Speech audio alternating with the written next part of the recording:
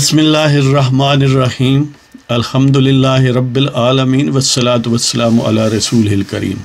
اما بعد۔ پاک ویوز ٹی وی محمد منشا، السلام علیکم جی، کیسے ہیں؟ آج کا پروگرام کچھ اشاریے یعنی انڈائسز یا انڈیکس کہ ہم کتنے کرپٹ ہیں، کتنے خوشحال ہیں اور کتنے ویل گوئنگ ہیں، اس کے متعلق ہم ذکر کرتے ہیں۔ ٹرانسپیرنسی انٹرنیشنل کی رپورٹ کے مطابق 2018 میں ہم وہ جو ہے نا کرپشن پریسکرپشن انڈیکس یعنی کرپشن کی جو رینکنگ ہے اس میں ہم 117 نمبر پر تھے اور 2019 میں ہم 120 نمبر پر آ گئے۔ اس کا مطلب یہ ہے کہ ہم 116 ممالک سے زیادہ کرپٹ تھے 2018 میں، یعنی 117 نمبر پر تھے، اور اب 119 ممالک سے زیادہ کرپٹ ہیں۔ گویا 3 درجہ ہم نے ترقی معکوس کی ہے کہ پہلے کے مقابلے میں پاکستان میں کرپشن زیادہ ہو گئی ہے۔ اور اس میں خاص طور پر یہ فیکٹر آپ ذہن میں رکھیں کہ 2018 بھی دراصل ایک ایئر آف انسٹیبلٹی یا عدم استحکام کا سال تھا۔ ہمارے دیوتاؤں نے اس سے 2-3-4 سال پہلے بڑی محنت سے پاکستان کو ڈیسٹیبلائز کیا، پاکستان میں ایک مینجڈ سمجھ لیں کہ ہیجان کی کیفیت پیدا کی اور لیجیٹیمیٹ اسٹیبلشڈ گورنمنٹ کو ایروڈ کیا۔ اس میں ظاہر راحیل شریف اور ان کے سکسیسر اور اہل اخفاء شامل تھے جنہوں نے بڑی محنت کی کہ پاکستان کو خوار کیا جائے، پاکستان کی حکومت کو۔ تو ظاہر عدم استحکام کا مطلب یہی ہوتا ہے کہ سارے اشاریے آپ کے خراب ہو سکتے ہیں۔ تو 2018 میں بھی اس حساب سے ظاہر ہے یعنی انوائرمنٹ جو ہے وہ کوئی کنڈیوسو نہیں تھا، ماحول کوئی زیادہ بہتر نہیں تھا حکومت کے لیے کرپشن کو روکنے کے لیے، یا اینٹی کرپشن نہیں تھا۔ جبکہ 2019 میں اس کے مقابلے میں سیاسی استحکام اس سینس میں آپ کہہ سکتے ہیں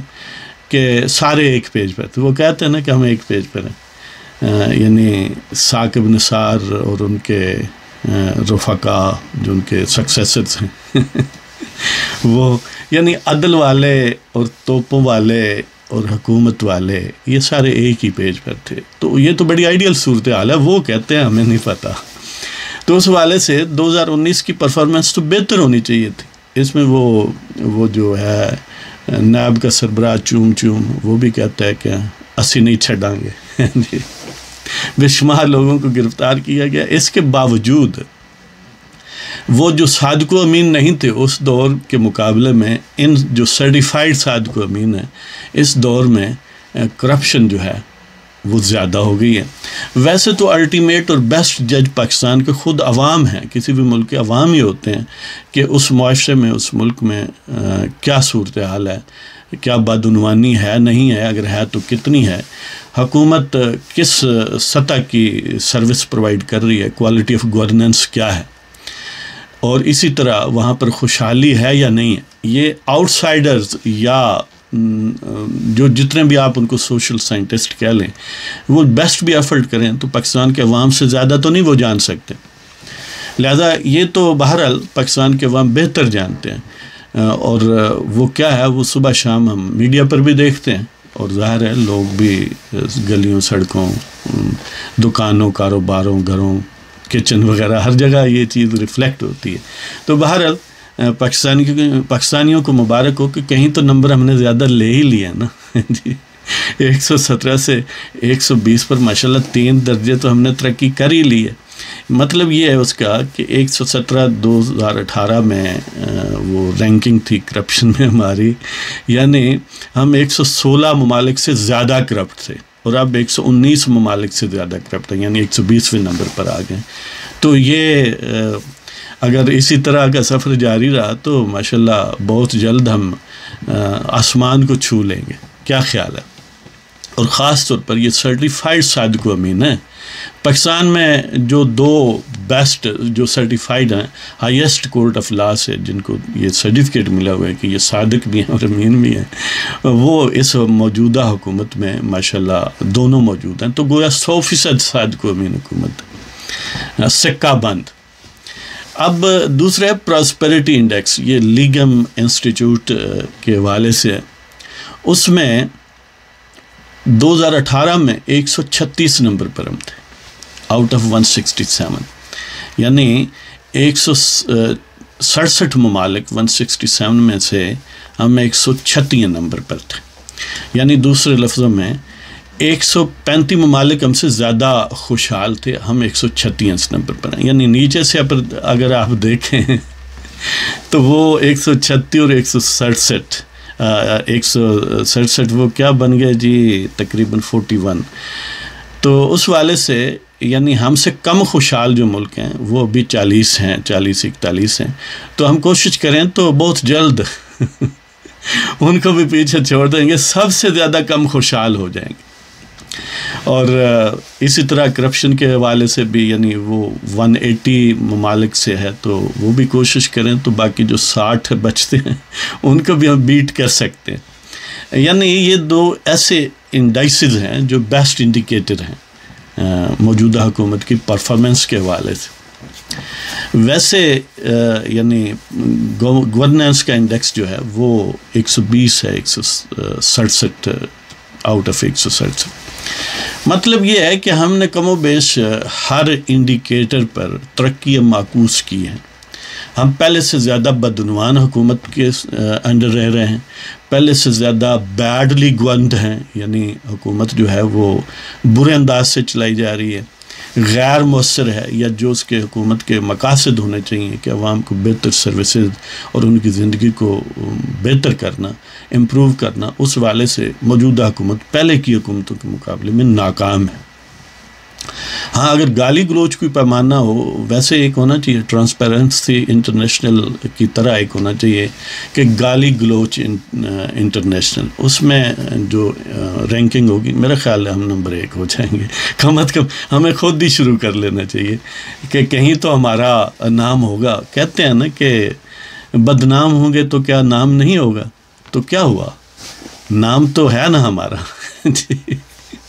تو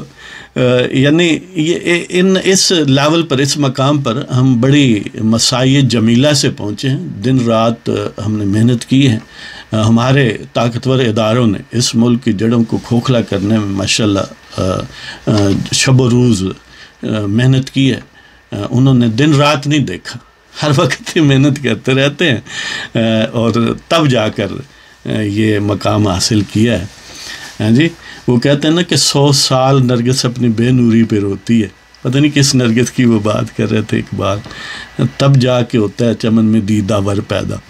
تو یہ ہم نے، وہ تو 100 سال روتی ہے، ہم نے تو 72 سال رویا، ابھی باقی 28 سال ہیں ابھی تو گویا ہم 28 سال اس سے پہلے یہ ریزلٹس جو ہیں وہ حاصل کر چکے ہیں۔ تو اس سلسلے میں یعنی جو آن اسٹریٹ لوگ ہیں ظاہر ہے وہ اس کو ویریفائی کر سکتے ہیں کہ کیا پہلے کی نسبت ہم زیادہ خوشحال ہیں، کیا پہلے کی نسبت ہمیں سیکیورٹی، سیفٹی آف لائف اور عزت اور آبرو اور جان المال کا زیادہ تحفظ حاصل ہے، کیا اب وہ عسکری ولا سے بھی لوگوں کو اٹھا نہیں لیا جاتا، یعنی کرنل ریٹائرڈ انعام الرحیم ایڈوکیٹ دیکھ لیں، اور اسی طرح کے اور لوگ دیکھ لیں، اور پھر ہماری عدلیہ کی تمام تر کوششوں کے باوجود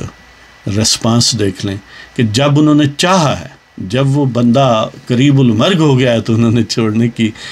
کوئی بات کی ہے، کسی کے کہنے پر نہیں چھوڑا، اپنے طور پر چھوڑا، تو اس کا مطلب ہماری جان و مال بھی محفوظ ہے۔